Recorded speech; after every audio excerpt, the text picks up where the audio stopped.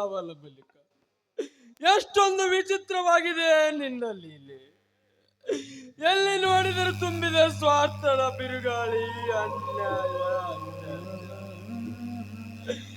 ತಾಂಡವ ನೃತ್ಯ ಎಡಬಿಡದ ನಡೆದಿದೆ.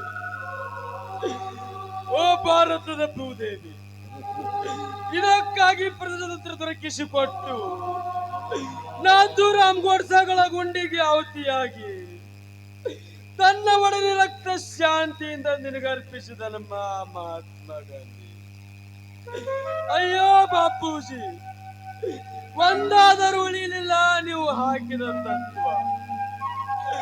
ಸಿಂಧಿ ಪ್ರತಿಬಂಧವಾಗಬೇಕು, ಇಲ್ಲವಾದರೂ ಉಳಿಯದು ನಾವು ಗಳಿಸಿದ ಸ್ವತಂತ್ರ ಎಂದು ಹೇಳಿ ಮಡಿದ ನಿಮ್ಮಂತವರ ಸಮಾಧಿಯ ಮೇಲೆ ಸಿಂಧಿ ಸರಾಯಿ ಮಾರಲು ಹಚ್ಚಿದರು ಇಂದಿನ ಕುಡುಕರಾದ ಅನ್ಯಾಯದ ಆಗರವನ್ನೇ ಸುರಿಸುತ್ತ ನ್ಯಾಯವನ್ನು ತುಳಿಯುತ್ತಿರಲ್ಲ ಈ ನಾಯಿ ರೂಪದ ನರಮಾನವ. ಅಂದಾಗ ನಿನಗೆ ಕಣ್ಣಿಲ್ಲವೇ? ನೀನು ಕುರುಡಿಗೆ. ನಿನ್ನ ಒಡಿಲಲ್ಲಿ ಜನಿಸಿದ ಎಷ್ಟೋ ಜನ ಮಾನವಂತರು ಕಾಲ ಚಕ್ರಗಳಿಗೆ ಸಿಲುಕಿ ಪಡಬಾರದ ಬೋಡೆ ಪಟ್ಟು ಬಸವಳಿದು ಬಾಳಿ ಬೆಂಡಾಗಿ ಹೋಗಿ ಕೊನೆಗೂ ನನ್ನನ್ನು ಅದೇ ಸ್ಥಿತಿಗೆ ತಂದೆಯ. ಅನ್ಯಾಯದ ಅಪವಾದ ಹೊತ್ತ ಈ ದೇಹ ಅರೆ ಹೊಟ್ಟೆ ತಿಂದಾದರೂ ಬದುಕಬೇಕೆಂದರೆ ಆ ವಿಧಿ ಕೈ ಮಾಡಿ ಕರೆ ನನ್ನನ್ನು ಮನೆ ಬಿಟ್ಟು ಬಾ ಎಂದು. ಹೀಗೇನು ಮಾಡಲಿ? ಮರಳಿ ಮನೆಗೆ ಹೋಗಲಿ? ಬೇಡ, ಮರಳಿ ಮನೆಗೆ ಹೋಗುವುದು ಬೇಡ. ಅಣ್ಣನಿಗೆ ಬೇಡವಾದ ಮೇಲೆ ನನ್ನದೇನಿದೆ ಅಲ್ಲಿ ಕೆಲಸ. ಕಾಲ ಕೂಡಿ ಬರುವವರೆಗೆ ಎಲ್ಲಿಯಾದರೂ ಕೂಲಿ ಮಾಡಿದರಾಯ್ತು.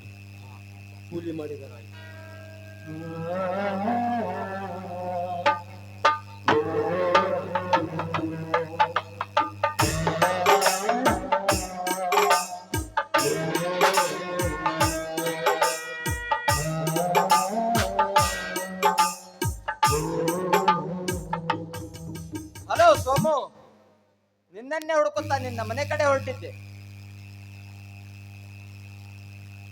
ನನ್ನದೆಲ್ಲಿದೆ ಮನೆ ಕೃಷ್ಣ? ನನ್ನ ಮನೆ ಇರುವುದು ಮಸಾಣದಲ್ಲಿ. ಏಕೆ ಮಿತ್ರ, ನಿನಗೇನು ಹುಚ್ಚು ಹಿಡಿದಿದೆಯಾ? ವಿದ್ಯಾವಂತರು ನೀವು, ಅಗರ್ಭ ಶ್ರೀಮಂತರ ಮನೆತನದಲ್ಲಿ ಹುಟ್ಟಿದವರು. ನಿಮ್ಮಂತವರ ಬಾಯಿಂದ ಇಂಥ ಶಬ್ದಗಳು ಬರಬಾರದು. ಇನ್ನೂ ಬಡ ದರಿದ್ರರ ಬಾಯಿಂದ ಬರಬೇಕಾದ ಶಬ್ದಗಳಿವು. ಅಂದ ಹಾಗೆ ನನ್ನನ್ನು ಕಂಡು ಹಾಸ್ಯ ಮಾಡುವೆಯಾ ಮಿತ್ರ? ಛೇ, ಹಾಗೇನಿಲ್ಲ ಕೃಷ್ಣ. ನನ್ನ ಜೀವನದಲ್ಲಿ ನಡೆಯಬಾರದ ಘಟನೆ ಒಂದು ನಡೆಯಿತು. ಅನ್ಯಾಯದ ಅಪವಾದ ಹೊತ್ತು ಹೊರ ಬಂದ ನಾನೊಬ್ಬ ನಿರ್ಭಾಗ್ಯವಂತ. ಅರ್ಥವಾಯಿತು ನಿನ್ನ ಮಾತು. ನಿನ್ನ ಅಣ್ಣ ನೌಕರಿಯ ಡೊನೇಷನ್ ಕಟ್ಟಲು ಹಣ ಕೊಟ್ಟಿರ್ಲಿಕ್ಕಿಲ್ಲ, ಅಥವಾ ತಂಗಿಯ ಗಂಡನ ಜೊತೆ ಏನಾದರೂ ಜಗಳ ಮಾಡಿರಬಹುದು. ಇಂಥವನ್ನೆಲ್ಲ ಮನಸ್ಸಿಗೆ ಹಚ್ಚಿಕೊಳ್ಳಬಾರದು ಮಿತ್ರ. ಏಕೆಂದರೆ ನೀನು ಮುಂದೆ PSI ನೌಕರಿ ಮಾಡುವ ಒಬ್ಬ ನಿಷ್ಠಾವಂತ ಅಧಿಕಾರಿಯಾಗಿ ಬಂದು ಜಗಳವನ್ನು ಬಗೆಹರಿಸಬೇಕಾದ ನೀನು ಈ ರೀತಿ ಜೀವನದಲ್ಲಿ ಜೀವಿಸ್ತೇನೋ ತಾಳಬಾರದು. ಯಾವಾಗಲೂ ವಿದ್ಯಾವಂತರು ತಾಳ್ಮೆಯಿಂದ ಇರಬೇಕು ಸೋಮು, ತಾಳ್ಮೆಯಿಂದ ಇರಬೇಕು. ಎಲ್ಲಿಯ ತಾಳ್ಮೆ ಕೃಷ್ಣ? ಒಡ ಹುಟ್ಟಿದ ಅಣ್ಣನೇ ತಮ್ಮನ ಮೇಲೆ ಅವಿಶ್ವಾಸ ತೋರಿದಾಗ ತಾಳ್ಮೆಯಲ್ಲಿದೆ ಈ ಜಗದಲ್ಲಿ ಕೃಷ್ಣ. ಅಂದರೆ ನಡೆದ ವಿಷಯ ಬಿಡಿಸಿ ಹೇಳುವುದಿಲ್ಲವೇ ಗೆಳೆಯನ ಮುಂದೆ? ಹೇಳುತ್ತೇನೆ ಮಿತ್ರ, ಮಿತ್ರನ ಮುಂದಲ್ಲದೆ ಮತ್ತಾರ ಮುಂದೆ ಹೇಳಬೇಕು ನನ್ನ ಕರ್ಮ. ನೋಡು ಕೃಷ್ಣ, ಅತ್ತಿಗೆ ಮತ್ತು ನಾನು ಮನೆಯಲ್ಲಿ ಹೆತ್ತ ತಾಯಿ ಮಗನೆಂತದ್ದರು. ಅತ್ತಿಗೆ ಮತ್ತು ನನ್ನ ಮೇಲೆ ಅನುಮಾನಕಾಸ್ಪದ ಹೇಳಿಕೆ ನೀಡಿಕೆ ಮಾತಿನಿಂದ ಆಧಾರದ ಅಪವಾದ ಹೊರಿಸಿ ಮನೆ ಬಿಟ್ಟು ಕಳಿಸಿದರು. ತಂಗಿಯ ಗಂಡ ಅವನೊಬ್ಬ ಬೂದಿ ಮುಚ್ಚಿದ ಕೆಂಡ. ಉರಿಯುವ ಬೆಂಕಿಯಲ್ಲಿ ಸೀಮೆ ಎಣ್ಣೆ ಸುರಿವಿದಂತೆ ಸುಳ್ಳಿನ ಕಂತೆಯನ್ನೇ ಸುರಿದು ಬೆಲ್ಟಿನ ಭಿಕ್ಷೆ ನೀಡಿ ಕಳಿಸಿದವರು ಕೃಷ್ಣ ಮನೆ ಬಿಟ್ಟು. ನೋಡು ಕೃಷ್ಣ, ನನ್ನ ಮೈ ಹಣ್ಣಾಗುವಂತೆ ಬರೆದಿದ್ದಾರೆ. ಆದರೆ ದುಡಿತಕ್ಕೆ ತಂದೆ, ಪ್ರೇಮಕ್ಕೆ ತಾಯಿ, ಮೋಹಕ್ಕೆ ಮಡದಿ, ಐಶ್ವರ್ಯಕ್ಕೆ ಬಂಧು ಬಳಗ, ಜೀವನಕ್ಕೆ ಗೆಳೆಯನೆನ್ನುವಂತೆ ನನ್ನ ಜೀವನದಲ್ಲಿ ನಡೆದ ಅನ್ಯಾಯದ ಅಪೋದಕತೆಯನ್ನು ನಾನು ನಂಬುತ್ತೇನೆ. ಕೊನೆಗೂ ಕೊನೆಗೂ ಹೆತ್ತ ತಾಯಿಗಿಂತ ಹೆಚ್ಚಾಗಿರುವ ಗರ್ಭಾವತಿಯ ನನ್ನತ್ತಿಗೆಯನ್ನು ಮನೆ ಬಿಡಿಸಲು ಪ್ರಯತ್ನಿಸಿದರು. ನಾನೇ ಮನೆ ಬಿಟ್ಟು ಹೋಗುತ್ತೇನೆ, ನೀವೇ ಸುಖದಿಂದ ಬಾಳಿರೆಂದು ಹೇಳಿ ಬಂದ ಕೃಷ್ಣ. ಕೇಳಿದೆಯಾ ಈ ಕರ್ಮ ಚಾಂಡಲನ ಕಥೆಯನ್ನು? ಅಂದರೆ ಅಂತವರ ಮಾತಿಗೆ ಕಿವಿ ಕೊಟ್ಟು ಈ ರೀತಿ ನೀಚ ಪೌರತ್ವ ತೋರಿದನೆ ನಿಮ್ಮಣ್ಣ. ಇದನ್ನು ನಂಬೋದು ತುಂಬಾ ಕಷ್ಟ. ಇದರ ಹಿಂದೆ ಏನೋ ಹಿನ್ನೆಲೆ ಇರಬೇಕಲ್ಲ. ನಂಬುವು ಬಿಡು, ನನ್ನ ಜೀವನದಲ್ಲಿ ನಾನು ನಡೆದದ್ದನ್ನು ವಿವರಿಸುತ್ತೆ. ನಾನಿನ್ನು ಬರುತ್ತೇನೆ ಕೃಷ್ಣ. ನಿಲ್ಲು ಸೋಮು, ನೀನೆಲ್ಲಿಗೆ ಹೊರಟೆ? ದೈವ ಕರೆದಲ್ಲಿಗೆ, ದೇವರು ತೋರಿಸಿದ ದಾರಿಗೆ ಕೃಷ್ಣ. ಹುಚ್ಚ, ಎಲ್ಲಿದ್ದಾನೆ ಆ ನಿನ್ನ ದೇವರು? ನಿನ್ನ ದೈವ ಕೇವಲ ಕವಿಯ ಕಾಲ್ಪನಿಕ ಮಾತ್ರ. ಇದು ಇಲ್ಲಿದೆ ನೋಡು ನಿನ್ನ ದೈವದ ದೇವರು. ಅಂದರೆ ಪೇಪರ್ ಮುಖಾಂತರ ನನ್ನನ್ನು ನೋಟಿಸ್ ಜಾರಿ ಬಿಡಿ, ಆಸ್ತಿ ವಿಂಗಡಣೆ ಮಾಡಿಕೊ ಎಂದು ಹೇಳುವೆಯಾ? ಛೇ, ಮುಂಡ ಮನೆಗೆ ಎರಡು ಬಗೆಯುವ ಹೀನ ಮನದ ಕರ್ಮದ ಚಾಂಡಾಲ ನಾನಲ್ಲ ಮಿತ್ರ. ಎಂದೋ ಒಂದು ದಿನ ಒಂದಾಗುವ ನಿಮ್ಮ ಸಂಸಾರವನ್ನು ಚಿತ್ರ ಮಾಡುವ ಮತಿ ಹೀನ ಮಂಗ ನಾನಲ್ಲ. ಇದು ಬೆಳಗಾವಿ ರೂರಲ್ ಪೊಲೀಸ್ ಇನ್ಸ್ಪೆಕ್ಟರ್ ಸೋಮಶೇಖರ್ನೆಂದು ಆರ್ಡರ್ ಬಂದಿದೆ. ಬೇಗ ಹೋಗಿ ಜಾಯಿನ್ ಆಗು. ಕೈಯಲ್ಲಿ ಬಿಡಿಗಸಿಲ್ಲದೆ ಬಂದ ನಾನು ಅಲ್ಲಿಗೆ ಹೋಗುವುದಾದ್ರೆ ಹೇಗೆ ಮಿತ್ರ? ಸೋಮು, ನೀವು ಕೊಟ್ಟ ಸಾಲದ ಹೊರೆಯೇ ನನ್ನ ಮೇಲೆ ಸಾಕಷ್ಟಿದೆ. ಅದರ ಬಡ್ಡಿ ಏನಾದರೂ ಕೊಡದಿದ್ದರೆ ಯಾವ ನ್ಯಾಯ? ತೆಗೆದುಕೋ, ನನ್ನ ಹತ್ತಿರ ಇರೋದು 1,000 ಇದೆ. ಬೇಗ ಹೋಗಿ ಜಾಯಿನ್ ಆಗಿರಿ ಸಾಯ್ಬರೇ. ನೋಡು ಕೃಷ್ಣ, ಆಫೀಸಿನಲ್ಲಿ ಇರುವಾಗ ಸಾಹೇಬ್ರು, ಹೊರಗಡೆ ಇದ್ದಾಗ ನಾವಿಬ್ರು ಮಿತ್ರರೇ. ನೀನು ಈಗಲೇ ಆ ಶಬ್ದ ಉಪಯೋಗಿಸಬೇಡ. ಹೋಗಲಿ, ಇನ್ನು ನೌಕರಿ ವಿಷಯ ಇನ್ನು 15 ದಿನಕ್ಕೆ ಈ ನಂಬರಿಗೆ ಬರಬಹುದು.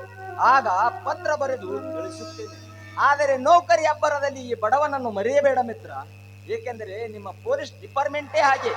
ಏನಿದ್ದರೂ ಹೆಬ್ಬೆರಳು ಹೊರಗಿಟ್ಟೆ ನಿಮ್ಮ ಕೆಲಸ. ಲಂಚದ ಸಾಮ್ರಾಜ್ಯ. ಛೇ, ನನ್ನನ್ನು ಹಾಗೆ ಭಾವಿಸಬೇಡ ಮಿತ್ರ.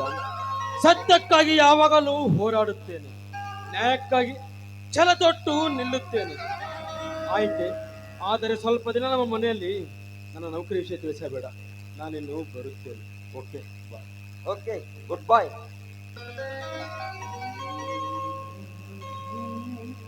ಮಾನವನ ಜೀವನದಲ್ಲಿ ಕಷ್ಟ ಸುಖಗಳು ಹಗಲು ರಾತ್ರಿ ಇದ್ದಂತೆ.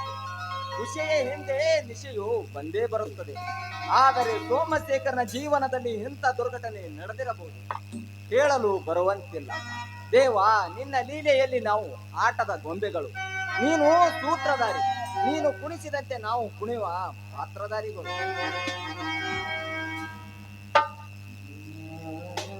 ಓಹೋ, ದಯಾನಂದನ ಪತ್ನಿ ಭಾಗ್ಯದೇವತೆ ಇತ್ತ ಕಡೆ ಬರುತ್ತಿದ್ದಾಳಲ್ಲ. ಬರಲಿ, ಅವಳ ಮನಸ್ಸಿನ ಅಂತರಾಳವನ್ನು ಮರೆಯಲಿ ನಿಂತು ಅರಿತುಕೊಂಡರಾಯಿತು.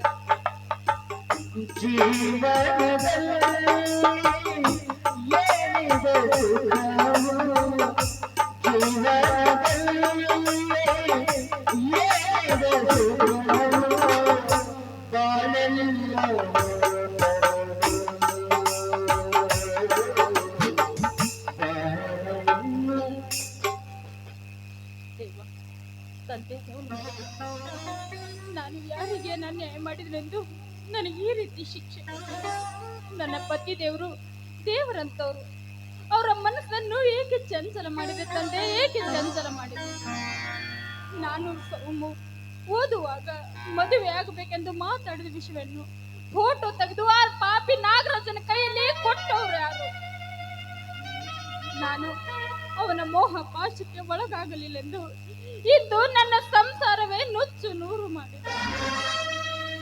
ಗಂಡನಿಗೆ ಬೇಡವಾದ ಈ ಹೆಣ್ಣು ಈ ಭೂಮಿ ಮೇಲೆ ಬದುಕಿರಬಾರದು. ತುಂಗಭದ್ರೆ ಕೈ ಮಾಡಿ ಕರೆಯುತ್ತಿದ್ದಾಳೆ. ಈ ಸಮಾಜನ ಬೇಡ ಅಂದ್ಮೇಲೆ ನೀನೇಕೆ ಬದುಕಿರ್ತೀಯ ಬಾ ಎಂದು ಕರೀತಾ ಇದ್ದಾಳೆ.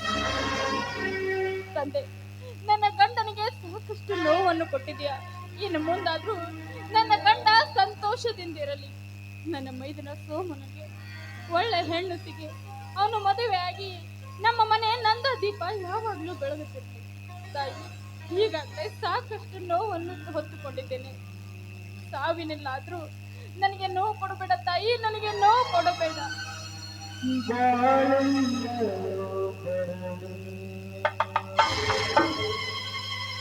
ಇಲ್ಲಮ್ಮ, ಯಾರು ನೀನು? ಇಂಥ ಸಮಯದಲ್ಲಿ ತುಂಬಿ ಹರಿಯುತ್ತಿರುವ ವಿಮಾನದ ಕಡೆಗೆ ಹೊರಟ ಕಾರಣವೇನು?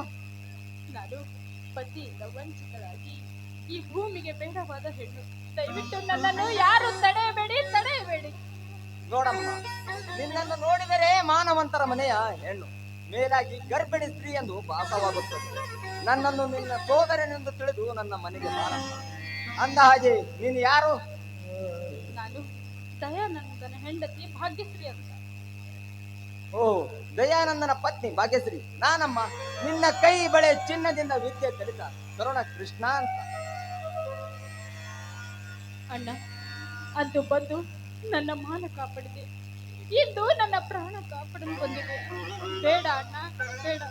ತೋಳ ತೆಕ್ಕೆಗೆ ಬಿದ್ರೆ ಆಳಿಗೊಂದು ಕಲ್ಲಂತೆ. ಈಗ ನಾನು ಪತಿಯಿಂದ ವಂಚಿತವಾದ ಹೆಣ್ಣು. ಮುಂದೆ ನಿನ್ನ ಮನೆಗೆ ಬಂದ್ರೆ ಈ ಸಮಾಜ ನನ್ನನ್ನು ತಪ್ಪು ದೃಷ್ಟಿಯಿಂದ ನೋಡ್ಲಿಲ್ಲ. ಬೇಡ ಅಣ್ಣ, ಈ ಸಮಾಜಕ್ಕೆ ಗುರಿಯಾಗೋದು ಬೇಡ. ನಾನು ಬದುಕಬಾರ್ದು, ನಾನು ಸಾಯ್ಬೇಕು. ದಯವಿಟ್ಟು ನನ್ನನ್ನು ತಡೆಬೇಡ. ಒಂದ್ ಹೆಜ್ಜೆ ಮುಂದಿಟ್ಟರೆ ನನ್ನ ನಾಣೆಗಿದೆ ನೋಡಮ್ಮ. ನೀನು ಸುಮ್ಮನೆ ನನ್ನ ಹಿಂದೆ ಬಾರಮ್ಮ. ನನ್ನ ಒಡ ಹುಟ್ಟಿದ ಸೋದರಿಯಂತೆ ನೋಡಿಕೊಳ್ಳುತ್ತೇನೆ. ಬರದಿದ್ದರೆ ನನ್ನ ನಾಣೆಗಿದೆ ನೋಡಮ್ಮ. ಅಣ್ಣ, ಬೇಡ ಅಣ್ಣ, ದಯವಿಟ್ಟು ಆಣೆ ಇಡಬೇಡ.